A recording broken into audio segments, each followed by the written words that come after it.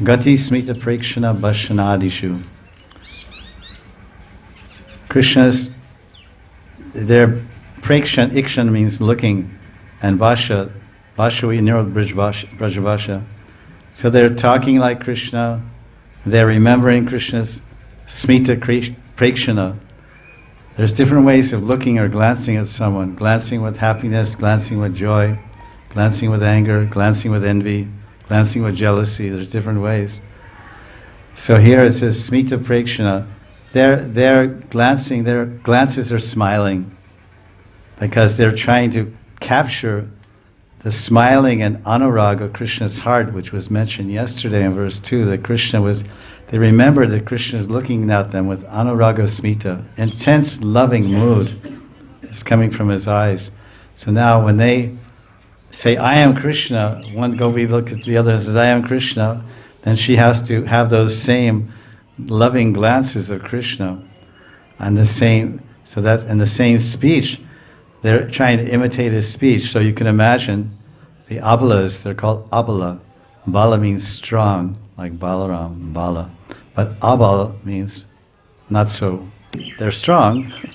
Women are strong in heart and strong in mind and strong in determination, but generally here and here they're not so physically strong. So abala means weak in the physical sense. But they're not that weak because they conquer Krishna with their love and they control Krishna. So that's the ultimate power, if you can control the source of all power. The Parameshwara Krishna is controlled by a little 14-year-old girl with very thin arms like lotus stems, and she can't lift dumbbells and barbells and all these things, but she can lift milk pots and water pots, which are really heavy, and manage to get them to where they have to go. So they're imitating Krishna's speech. So they're abala, they're ladies, so ladies' speech is high, and Krishna's speech is deep.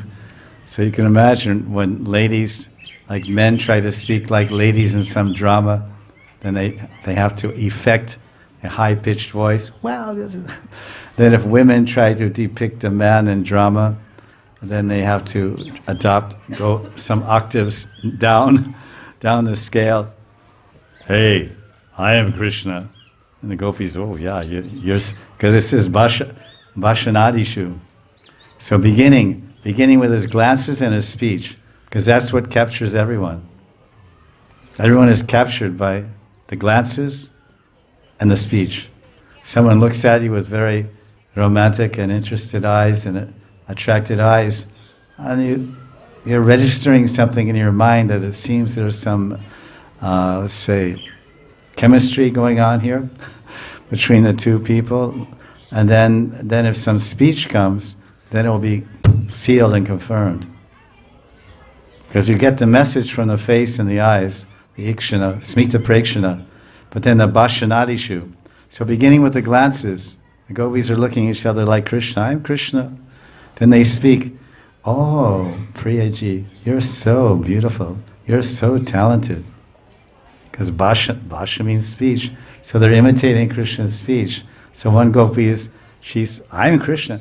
Oh, gopi, you have such beautiful beautiful black hair. And oh, gopi, So then they're speaking in a deep voice and all kinds of flattery, which indicates that they're really in love with this other gopi that they're speaking to, who also thinks she's Krishna.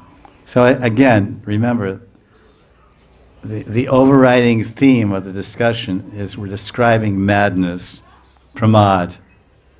This is how mad ladies or gentlemen, how they think and act. And here it's transcendental, it's divine.